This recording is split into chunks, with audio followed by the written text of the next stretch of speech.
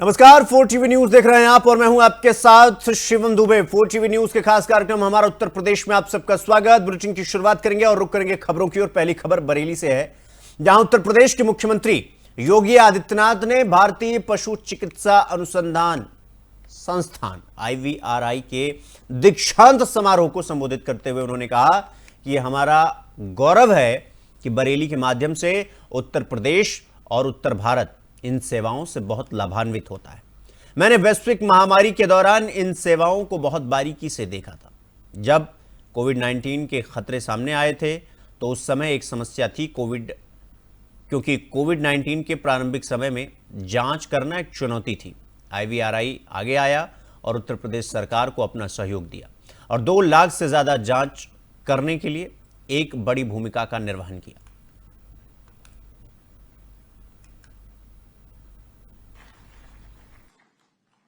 लेकिन आज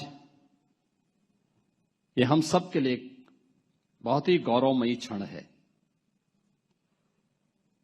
जब हम यहां पर भारत गणराज्य के आदरणीय राष्ट्रपति जी के स्वागत के साथ साथ भारत की इस वर्तमान पीढ़ी को इस क्षेत्र में उनकी डिग्री अवार्ड करने के समारोह के साक्षी बन रहे हैं। अत्यंत महत्वपूर्ण क्षण है,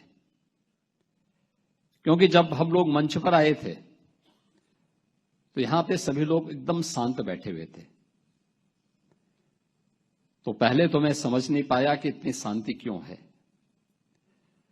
फिर मुझे लगा कि वास्तव में ये शांति होनी भी चाहिए, क्योंकि एक मूक पशु की आवाज को आपके कार्यों के माध्यम से, आपके शोध के माध्यम से एक नया जीवन मिलता है। और मिलता ही नहीं है, IVRI की सेवाएं हम लोग उत्तर प्रदेश में केवल पशुधन के क्षेत्र में नहीं लेते, हर प्रकार के जीव जंतुओं को एक नया जीवन देने में IVRI की बहुत सराहनीय सेवा यहां पर हम लोगों को प्राप्त होती है और ये हमारा गौरव है।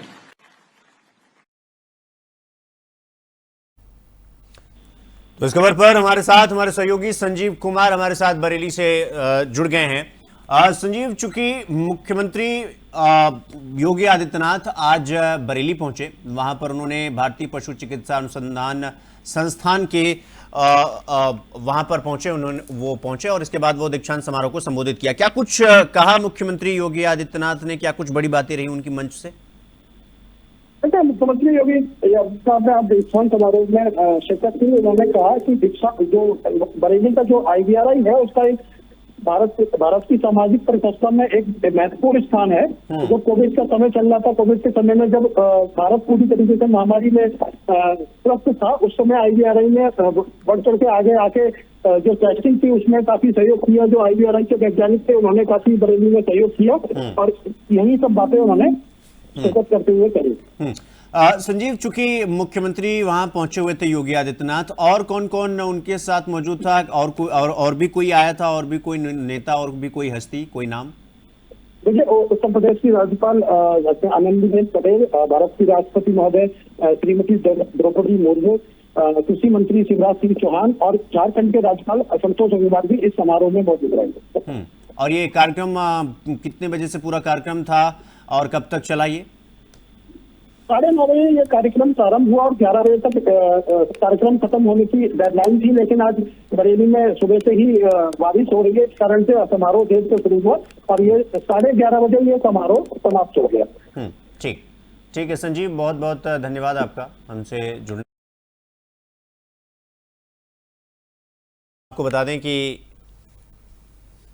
IVRI के दीक्षांत समारोह में मुख्यमंत्री योगी आदित्यनाथ ने IVRI का न सिर्फ धन्यवाद किया, बल्कि कोविड-19 के प्रारंभिक समय में जितनी भी चैलेंजेस आई थी, हालांकि हम सबको वो दौर याद है, वो समय याद है जब कोविड आया था, लोग पैनिक कर रहे थे, लोग एक दूसरे से बिछड़ रहे थे और उस वक्त तमाम ऐसी संस्थाएं थी जिन्होंने बढ़ चढ़कर इस महामारी से मुकाबला किया, और उसमें एक नाम IVRI का है। और यही वजह है कि चाहे वो फिर उत्तर प्रदेश की राज्यपाल हों, फिर चाहे राष्ट्रपति हों, या फिर खुद उत्तर प्रदेश के मुख्यमंत्री योगी आदित्यनाथ हों, भरे मंच से जो धन्यवाद, जो संबोधन कर रहे हैं, वो इसीलिए कर रहे हैं क्योंकि IVRI का एक बड़ा इम्पैक्ट कोविड-19 के बाद से भी वो दिखा है, वो सहयोग दिखा है IVRI का। और 2 लाख से ज़्यादा लोगों का जांच करना, यानी कि एक बड़ी भूमिका का निर्वहन करना, वो IVRI ने अपने कंधों पर लिया। और इसी वजह से आज मुख्यमंत्री ने इस दीक्षांत समारोह में शामिल होकर इसका जिक्र किया और बाकायदा धन्यवाद दिया।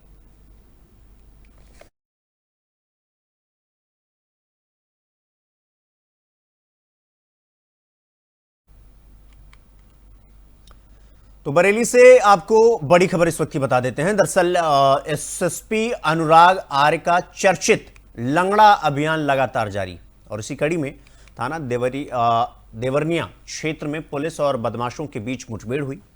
इस दौरान जवाबी फायरिंग में 2 शातिर अपराधी जुनैद और इम्तियाज को गोली लग गई, जबकि उनके 2 साथी फरार हो गए। पकड़े गए बदमाशों ने JS एग्रो मिल से ट्रांसफार्मर से तेल और 4 मोटर समेत कंप्रेशर चोरी किया था। पुलिस ने मौके से एक बोलेरो गाड़ी, एक तमंचा, एक चाकू, 8,500 रुपये बरामद किए हैं। पकड़े गए अपराधियों पर पहले से ही कई मुकदमे दर्ज हैं। पुलिस फरार बदमाशों की तलाश कर रही है। तो आपको बता दें कि उत्तर प्रदेश में ऑपरेशन तो मतलब बहुत सारे ऐसे ऑपरेशन हुए जिनका जिक्र चला, काफ़ी लंबे समय तक चला, लेकिन ऑपरेशन लंगड़ा ये ऐसा अभियान है जो कि प्रदेश इससे राहत महसूस कर रहा है। और वो कैसे, इन तस्वीरों के जरिए आप अंदाजा लगा सकते हैं। यानी आप किसी भी घटना को अंजाम देंगे तो आप तक अंजाम का परिणाम पहुंचेगा। हो सकता है इसमें थोड़ा समय लग जाए। इन तस्वीरों को देखकर आप अंदाजा लगाइए कि चोरी करना, डकैती करना या फिर किसी भी प्रकार की कोई भी घटना को आप अंजाम देते हैं तो उत्तर प्रदेश में तस्वीरें कुछ इस तरीके से आने लगती हैं।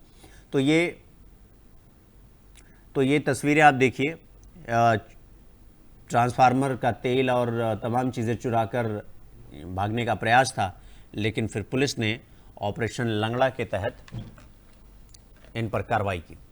थाना देवरनिया के रिक्शा निवासी श्री हसीन द्वारा दिनांक 24 तारीख को थाने पर आकर सूचना दी गई कि उनकी नवनिर्मित JS एग्रो मिल कंपनी से अज्ञात चोरों द्वारा ट्रांसफार्मर व मोटर्स का काफी सारा कॉपर चुरा लिया गया है और उसका तेल चुरा लिया गया है।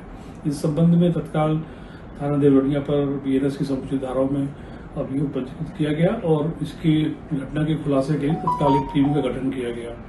इस घटना के अनावरण के लिए जो टीम गठित थी, उस टीम द्वारा कल कार्रवाई करते हुए मुखबिर की सूचना पर कल रात्रि में दमखोदा की पुलिया के पास से एक महिंद्रा पिकअप गाड़ी को रोकने का प्रयास किया गया।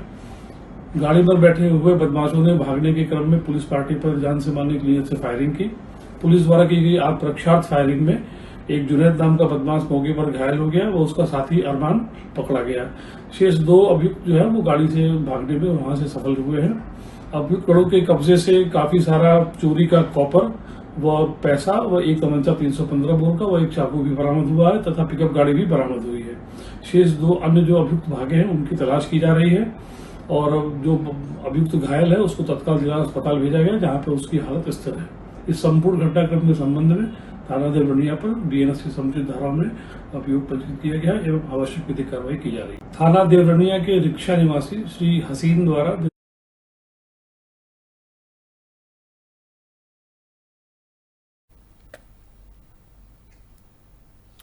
तो अब रुक करेंगे अगली खबर की ओर। अगली खबर अमरोहा से है, जहां अमरोहा पुलिस ने बड़ी साइबर ठगी का खुलासा किया है। साइबर थाना पुलिस ने shine.com और naukri.com जैसी जानी मानी वेबसाइट से डेटा चुराकर लोगों के साथ ठगी करने वाले 3 शातिर ठगों को गिरफ्तार किया है।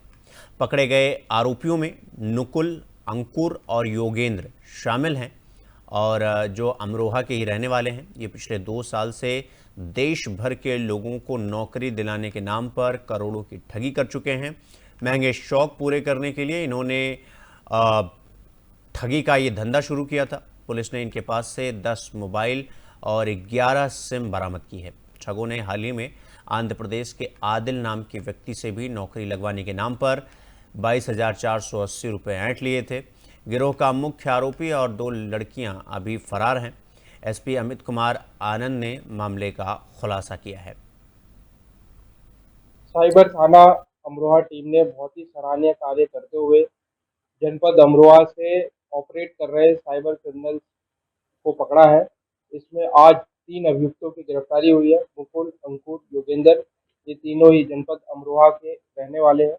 इन्होंने पूछताछ के क्रम में बताया है कि मुकुल है, ये naukri.com, shine.com जैसे विभिन्न जो पोर्टल्स हैं नौकरी जहाँ पे उपलब्ध होती है, वहाँ से ये डेटा उठाते थे और कॉलिंग कराते थे और जो भोले भाले जो लोग होते थे इनके झांसे में आके इनको पैसा ट्रांसफर कर देते थे और साइबर फ्रॉड करते थे। इसमें एक अभियुक्त अंकुर है, ये फ्रॉड, बैंक अकाउंट और सिम कार्ड उपलब्ध कराता था। साइबर अगली खबर बुलंदशहर से है, जहां कैलाशपुरी इलाके में उस वक्त हड़कंप मचा जब एक विद्युत ट्रांसफार्मर बनाने वाली फैक्ट्री में भीषण आग लग गई। यह घटना थाना नगर कोतवाली क्षेत्र की है। दरअसल फैक्ट्री में ट्रांसफार्मर के तेल के गोदाम में अचानक आग भड़क गई, जिसकी वजह से काले धुएं की लपटें आसमान तक उठती दिखी। आग लगने का कारण अभी स्पष्ट नहीं हो सका है। फायर ब्रिगेड की कई गाड़ियां मौके पर पहुंचकर आग बुझाने में जुटी और फिलहाल इस पूरे मामले में किसी के हताहत होने की या किसी के जान माल का कोई भी नुकसान नहीं हुआ है, इसकी कोई जानकारी अभी तक नहीं है। लेकिन आग पर काबू पाने की कोशिश लगातार हुई। प्रशासन भी हालात पर नज़र बनाए हुए हैं। तो ये इन तस्वीरों को देखकर आप सोचिए कि आग कितनी भयावह भयानक होगी। आग की लपटें दूर से ही आपको दिखाई देने लगेंगी। एक उगते हुए सूरज के पीछे की जैसा दृश्य होता है, वैसा ही दृश्य कुछ इस फैक्ट्री में भी देखने को मिला। आपको बता दें कि भीषण आग किस वजह से लगी, इसका क्लैरिफिकेशन अभी नहीं आया है और लेकिन प्रशासन पूरी तरीके से सख्ते में आया और इस आग को बुझाने में कड़ी मशक्क़त लगी, लेकिन आग पर अंततोगत्वा काबू पाया गया। और आप देख सकते हैं कि ये जो फैक्ट्री है जिसमें आग लगी है, इसमें ट्रांसफार्मर की रिपेयरिंग होती थी, ट्रांसफार्मर बनता था, लेकिन ये घटना हुई। हालांकि अच्छी बात यही है इस पूरी घटना में कि किसी के हताहत होने की कोई खबर नहीं है, किसी के जानमाल का कोई नुकसान नहीं हुआ है। सबसे अच्छी बात तो यही रही। चूँकि जब आमतौर पर इस तरह की फैक्ट्रियों में आग लगने जैसी बड़ी घटनाएं होती हैं, तो फिर ऐसे में बड़ी घटनाएं जो है वो रुख ले लेती हैं और फिलहाल यहाँ पर ऐसा देखने को नहीं मिला है। और फैक्ट्री में आग लगी है और मैंने आपको बताया कि जो उसका आग की लपटें और आग का धुआं आसमान छूता हुआ दिखाई दिया। तो ट्रांसफार्मर में फैक्ट्री में तेल गोदाम में आग लग गई। आपको बता दें कि जो ट्रांसफार्मर में तेल होता है उसमें आग लगी और उसके बाद ये पूरा हादसा हुआ। ये पूरी तस्वीरें सामने निकल कर आई।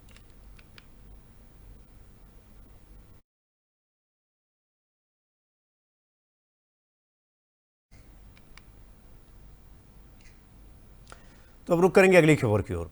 हापुड़ से एक बड़ी खबर आपको बता दें, जहां हापुड़ नगर कोतवाली क्षेत्र की चंद्रलोक कॉलोनी में थोड़ी सी बारिश के बाद सड़कों पर पानी भर गया।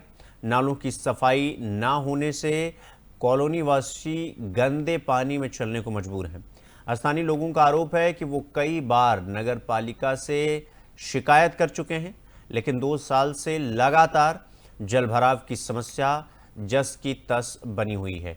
लोगों में नगर पालिका की लापरवाही को लेकर भारी रोष है, लेकिन जिम्मेदार अफसर अब भी इस समस्या की तरफ ध्यान नहीं दे रहे हैं। कॉलोनी वासी जल्द ही समाधान की मांग कर रहे हैं। तो बारिश के बाद का ये हाल है जो आप देख रहे हैं। ये कोई नदी नहीं है, ये मात्र आवागमन मार्ग है लोगों के गुजरने का। लेकिन आप सोच सकते हैं, आप देख सकते हैं किस तरह से अब कार देखकर अगर कार गुजर रही है तो मानो ऐसा प्रतीत होता है कि कार चल नहीं रही है, तैर रही है। और बाइक तो लगभग 40 से 50% पानी के अंदर चल रही है। और ऐसे में बड़ी घटनाएं मोड़ लेती हैं जब कई बार रास्ते में होल हो जाता है आमतौर पर, तो लोगों को पता नहीं चल पाता है, या फिर पहले से अगर वो बड़े बड़े गड्ढे बने रहते हैं या पानी ज़्यादा होने की वजह से किसी न किसी कारण वो खुल जाते हैं या टूट जाते हैं।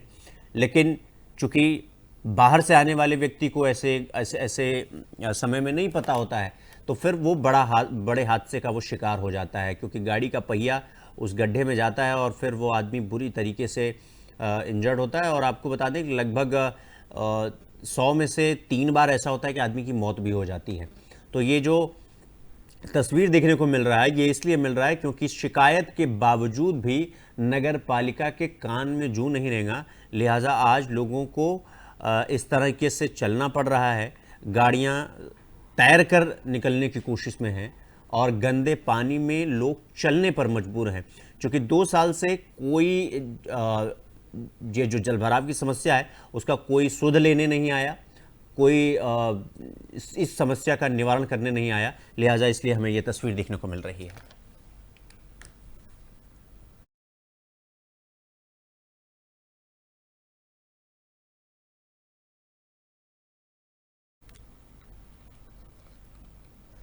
तो अगली खबर बुलंदशहर से है, जहां दिल्ली से आई एक बारात में हुई भारी आतिशबाजी ने बड़ा हादसा कर दिया। आपको बता दें कि चढ़त के दौरान हुई आतिशबाजी से सियाना रोड स्थित इमिलिया गांव के रॉयल फार्म के पास एक स्क्रैप गोदाम में भीषण आग लग गई। आग इतनी तेजी से फैली कि गोदाम में रखा लाखों रुपए का स्क्रैप जलकर राख हो गया। घटना की सूचना मिलते ही थाना देहात कोतवाली पुलिस और फायर ब्रिगेड की कई गाड़ियां मौके पर पहुंची।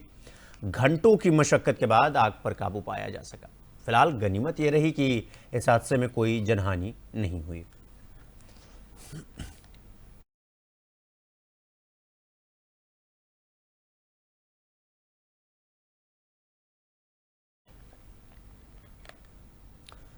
तो लखीमपुर खीरी के पलिया क्षेत्र में एक बार फिर बाढ़ का खतरा गहराने लग गया है। मामूली बारिश के बाद ही शारदा नदी का जलस्तर तेजी से बढ़ा और नदी का पानी सीधे पलिया शहर के किनारे अतरिया रेलवे पुल तक जा पहुंचा। हालात इस कदर बिगड़ गए कि रेलवे ट्रैक के नीचे से पानी का रिसाव शुरू हो गया, जिससे भीरा पलिया रेलवे लाइन पर कटाव का खतरा मंडराने लगा।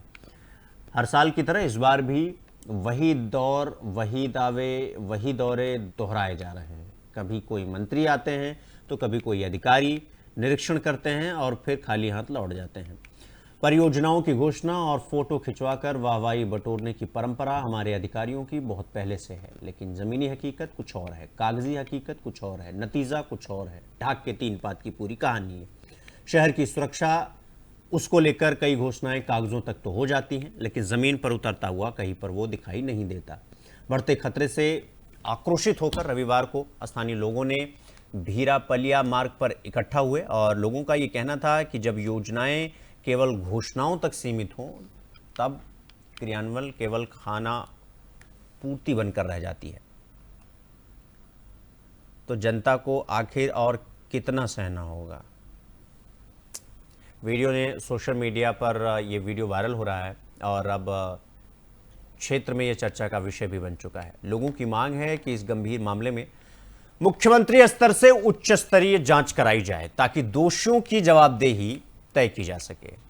बाढ़ खंड के जिन अधिकारियों की लापरवाही से करोड़ों की परियोजनाएं फेल हो रही हैं, उन पर कड़ी कार्रवाई होनी चाहिए।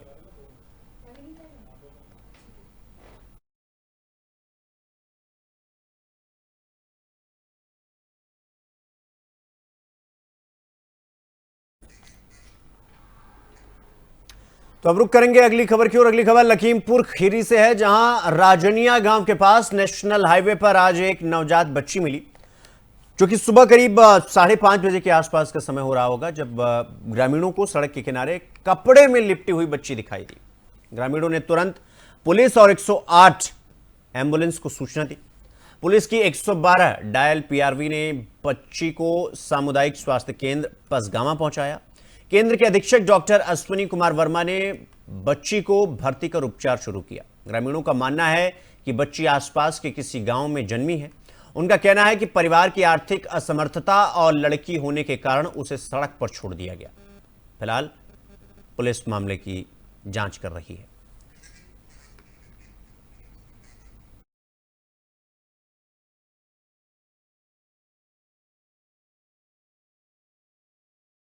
अरविंद हमारे साथ जुड़ गए हैं लखीमपुर खीरी से ज्यादा जानकारी के साथ फोन लाइन पर। अरविंद, ये जो बच्ची मिली है, कितने बजे बच्ची मिली है, क्या कुछ पूरा मामला है, क्या जानकारी, क्या अपडेट आपके पास? बिल्कुल शिवम, बताना चाहूंगा कि जिस तरीके से लखीमपुर खीरी में आज ये जो है जो बेदर्दी जो माँ होगी जिसने जो है इस तरीके की बच्ची को जो है बेहिचक जो है सड़क पर देख लिया, इसको जो है लोगों ने देखा तो उस माँ को जो है कलंकित करने वाली काम किया कि जिस तरीके से एक नवजात बच्ची को तो जो है इस तरीके रोड के किनारे फेंक दिया। तो गाँव के ग्रामीण जो है सुबह वाक के लिए निकले थे जो है, तो ये कपड़े में जो बच्ची थी वो निकली हुई थी और किसी बच्चे की आवाज आई तो उन लोगों ने खोला तो देखा है नवजात जो है नार के साइड जो है बच्ची पड़ी हुई थी।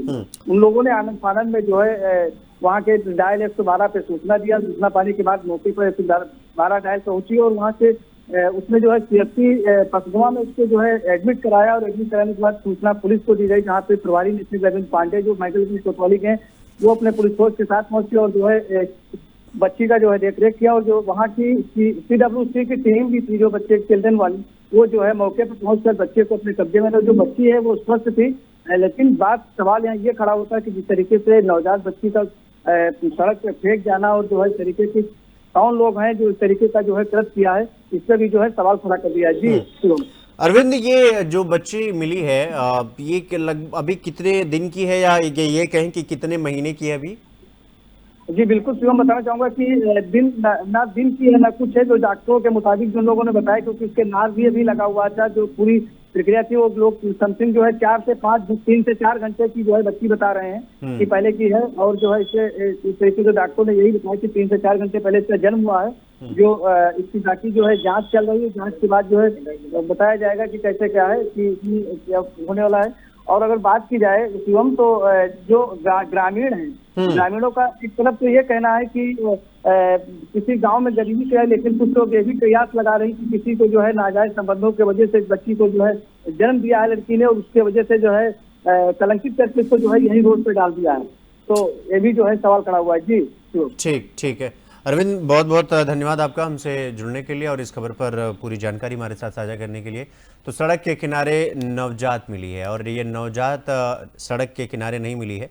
ये इंसानियत की सोच का जो पैमाना है वो पैमाने में इंसानियत की जो थोड़ी बहुत लाज शर्म जो बची हुई है वो सड़क के किनारे इस बच्ची के रूप में मिली है। आप इस खबर से और इस दृश्य से आप अंदाज़ा लगा सकते हैं कि लोग कितने निष्ठुर और कितने स्वार्थी हो सकते हैं। इसका एक उदाहरण भी आप इन तस्वीरों के ज़रिए देख सकते हैं कि दुधमुही बच्ची जो पैदा हुई, जिसे अपनी माँ के गोद में होना चाहिए था, वो सड़क के किनारे वो है। मतलब इस खबर को सुनने के बाद शायद आपके भी मन में गुस्सा आए, लेकिन दिल में भाव जरूर आएगा इस बच्ची को लेकर।